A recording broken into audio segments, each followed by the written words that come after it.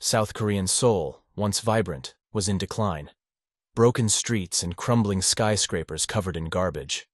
Among the ruins stood a man with unkempt blonde hair in a pristine white suit and gold-patterned cloak. A red halo sparkled above the head of Shea, the head of the Youngwood Guild, and his amber eyes glowed against his pale, almost transparent skin.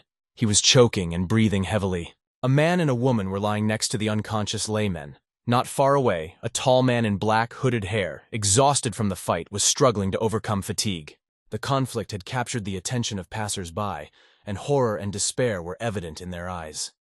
One of them, a man in a white t-shirt, was struck by the same shock that gripped me, and I held my breath as I watched the scene. The man in the black suit had blood dripping from his mouth and his face was scratched.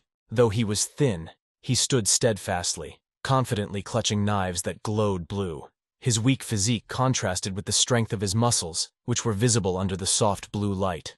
His eyes, full of aggression, were directed at the enemy. He announced that they were the only survivors of the duel and introduced himself as Kang Hu, a person whom society calls the enemy. Opposite him appeared an exhausted Shou, his body trembling with fatigue. His once snow-white suit was now stained with stains and stains. Shou confronted Kang Ko and accused him of fomenting an unreasonable conflict that had brought suffering to everyone. He declared Kang Ko to be the source of all misfortune, holding him responsible for the devastation around him. With a subtle smile, he looked at Kang, amused by the current situation. Kang Ko responded with a slight smile, shouting out the scoundrel's taunts. Angered by his opponent's taunts, Shou raised his voice and concentrated red lightning energy in his palms. A red glow enveloped the space, announcing the protagonist's counterattack on Kang. Drops of blood appeared near Kang's mouth, and he stalked over to Xian and asked if he considered himself a messenger of truth. The question stunned Shihan.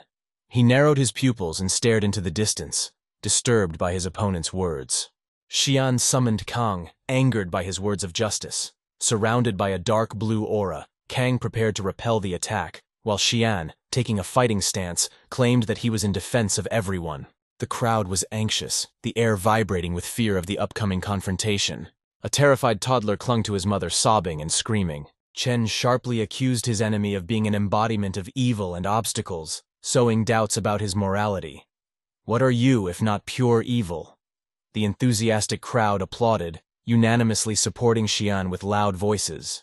In the novel Time After Time, the name of the protagonist Xian united different people, from school children to employees, all of whom showed him support and urged him not to give up. Xian approached Kang with pride and enthusiasm, encouraged by the townspeople. A transparent red magic circle with many symbols appeared in his hands. Xian, directing a powerful aura at Kang, shouted out decisively, released energy, and promised to remain invincible as long as he had the support of the people, despite the sacrifices. Kang, having underestimated Xian, was surprised by his sudden attack. Before he could take up the defense, he merely clasped his hands together in a cross-shaped fashion to avoid being hit, staring at the impending red wave of energy. An explosion went off, raising clouds of dust from the destruction. The people who had just been together panicked, ran away, filling the air with screams and commotion. Grasping the events, Kang knelt down in front of Xian. Before him stood an exhausted figure in black, with blood on his face. Before him stood Chuan, the embodiment of majesty. His red halo sparkled with radiance, framed by shimmering red crosses, giving the image an ephemeral quality. His cloak, flapping in the wind, emphasized his invisible power. Kang, whose face was covered in sweat and scratches, was bleeding from a nasty wound on his forehead. He was struggling to keep his eyes open, testifying to his suffering state. The crowd shouted with joy, as everyone believed that the nightmare was finally over. A young family with a baby found peace, while a boy in a blue sweatshirt expressed his devotion to Siobhan, to the hero. The excited crowd loudly demanded victory over Kang, the man in black, raising their fists and urging Siobhan to strike decisively. Their voices joined in a chant of hostility. Standing in front of the enslaved and wounded Kang, who knelt down, Siobhan ruthlessly announced that no one wanted him alive. Even in his stained and tattered clothes, Siobhan retained his arrogance and pride, radiating the fatigue and majesty of a hero. Raising his hand, he prepared for a more powerful attack. Magical purple circles appeared on his palm, framing a transparent energy ball.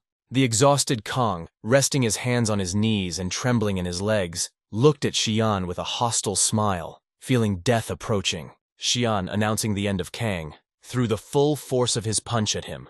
forcing his opponent to fly backward with fragments of asphalt flying around. Kang coughed up blood, his face distorted with hatred, and fell to the pavement. The shockwave threw him several meters, causing damage to the road. He noticed Xian, who was fainting from the impact, standing 5 meters away. Xian flew up into the sky and joyfully celebrated his triumph. After much effort, he had finally achieved his goals. Raising his right hand, he snapped his fingers with a satisfied smile and said, "Perfect freedom has finally come to this earth." In the crowd, a young man with his arms crossed shed tears of joy, while a man with glasses sobbed and celebrated. As it rose upward, red runic symbols flew from it, rising into the sky with the young guildmaster, both of them bursting into joyful laughter. The neighborhood was covered in a mysterious red glow, painting the ruins and roads crimson. The evening sky became gloomy, saturated with dark black and burgundy hues. The sky quickly darkened, surrounding the city in blood-red gloom. Huge clouds formed